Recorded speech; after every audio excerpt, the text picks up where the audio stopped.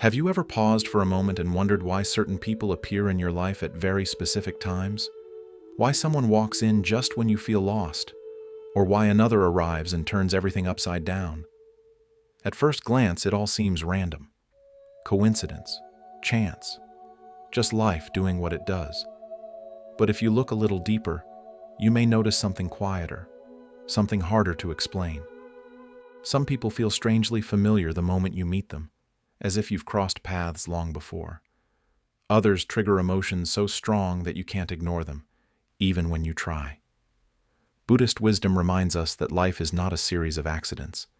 It is a flow shaped by causes, conditions, and unseen connections quietly unfolding over time.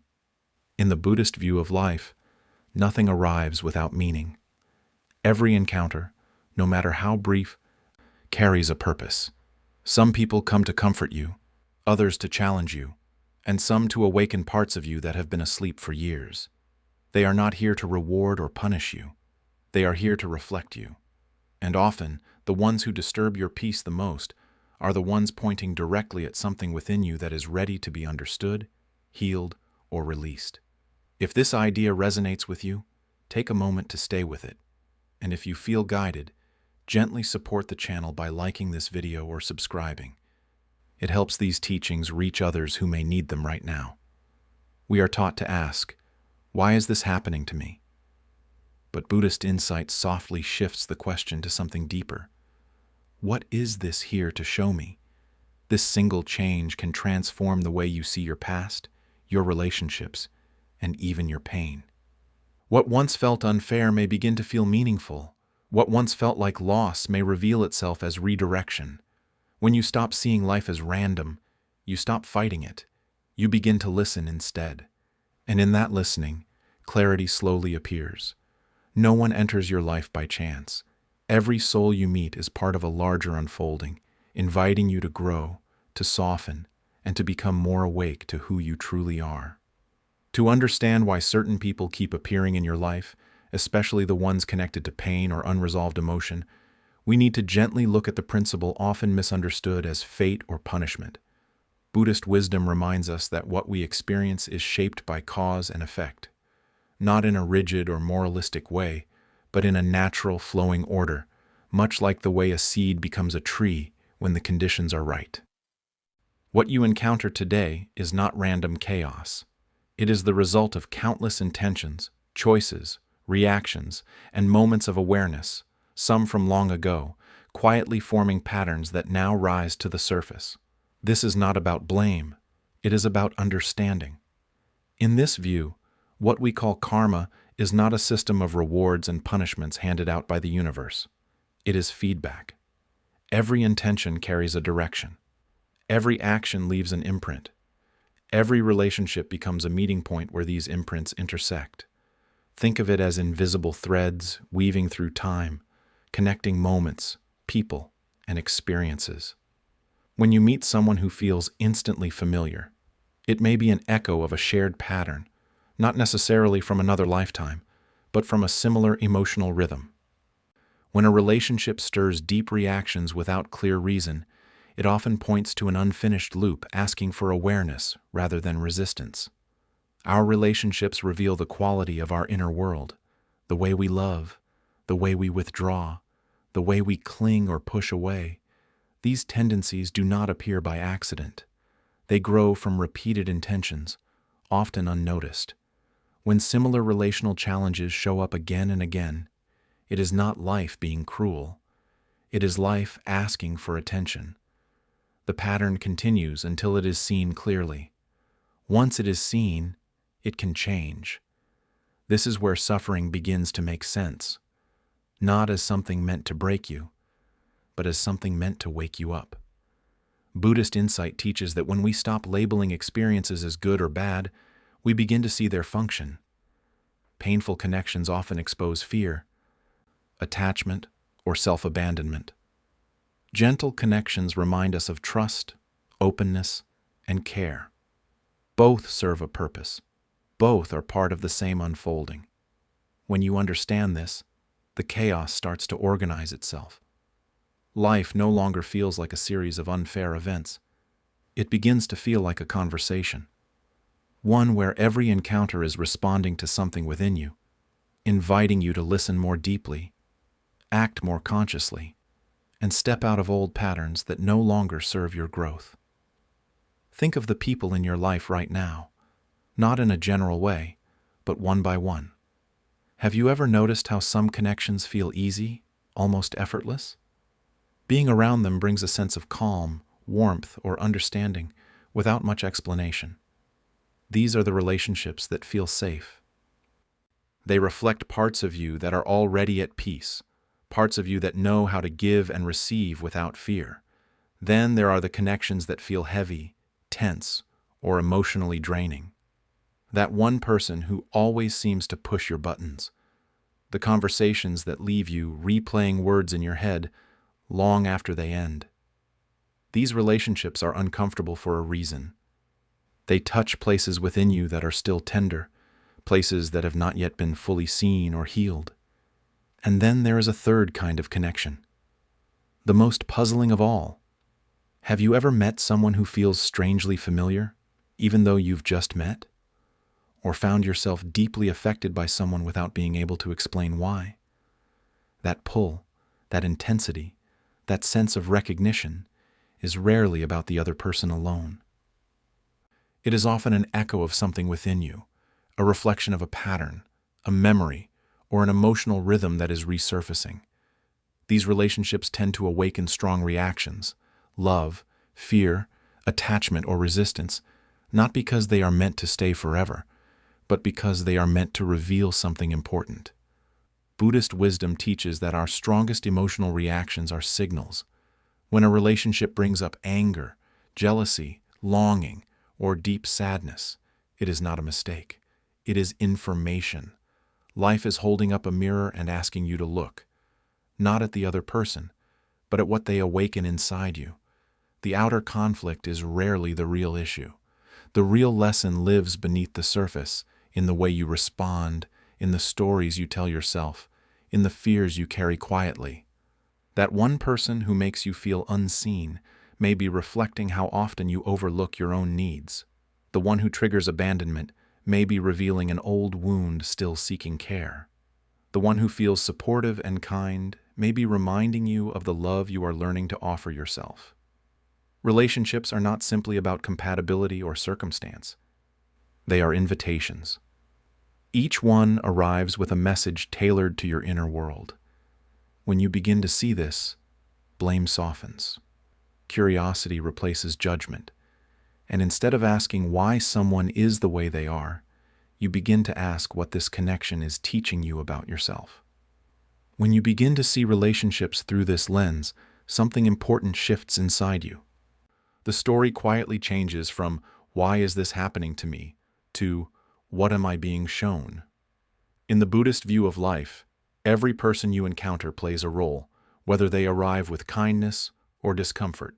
Some come as gentle guides, offering support and understanding when you need it most. Others arrive as messengers, carrying lessons wrapped in challenge or conflict. And some appear as mirrors, reflecting truths you may not yet be ready to face. None of them are mistakes. None of them are interruptions. Each one carries wisdom, even when it doesn't feel that way at first. Think of a romantic partner who stirred both love and fear within you. That connection may have taught you how deeply you can care, but also where attachment begins to create suffering. Or consider a colleague who constantly tested your patience. At the surface, it may have felt like an obstacle to your peace, but beneath that frustration was an invitation to develop clarity, boundaries, or inner steadiness. Family relationships often carry the strongest lessons of all. They can bring comfort and belonging, but they can also awaken old wounds, expectations, and unspoken patterns that shape how you move through the world. These connections are not here to keep you stuck. They are here to help you grow. Buddhist wisdom reminds us that awakening does not happen in isolation. It does not require retreating from life or escaping relationships. It unfolds right in the middle of daily interactions, in conversations, disagreements, moments of care, and moments of tension. The people who challenge you are not distractions from the path. They are the path. Each encounter offers a chance to practice awareness, compassion, and discernment. Each one reveals where you are still holding on, where you are still reacting instead of responding. When you see others as teachers rather than threats, power quietly returns to you. You are no longer defined by what happens to you, but by how you meet it. If this perspective is helping you see your relationships in a new light, take a moment to gently support the channel by liking the video or subscribing. It allows these reflections to reach more people who may be walking through similar lessons. Remember, growth is not found somewhere else. It is happening here, in your life, through the people placed in your path, inviting you to become more awake, one interaction at a time. The first step toward healing the heart is not understanding, and it is not fixing. It is softening.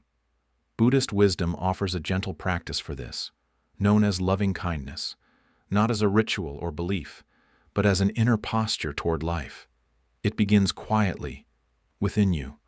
It asks nothing dramatic, only a willingness to meet others, and yourself, with less resistance.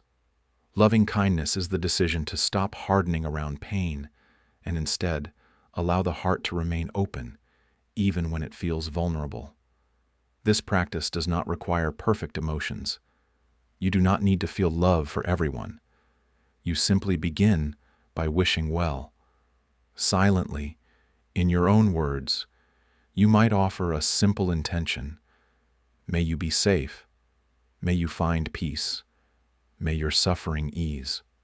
These words are not meant to excuse harmful behavior or deny the pain someone caused you. Loving kindness is not approval. It is release. It is choosing not to let resentment continue to live inside you. The moment you offer goodwill, even quietly, something shifts. The grip of anger loosens. The body softens. The heart breathes again. Buddhist insight teaches that holding on to bitterness does not protect you. It weighs you down. When the heart stays clenched, old patterns repeat. When the heart softens, those patterns begin to lose their power. This is how transformation starts, not by force, but by gentleness. You may notice that when you stop feeding resentment, your reactions change. You respond instead of react. You see more clearly. The same situations no longer control you in the same way. This is not weakness. It is strength rooted in awareness. Loving kindness can be offered to those who support you, to those who challenge you, and eventually to yourself. And while it may feel subtle at first, its effect is deep.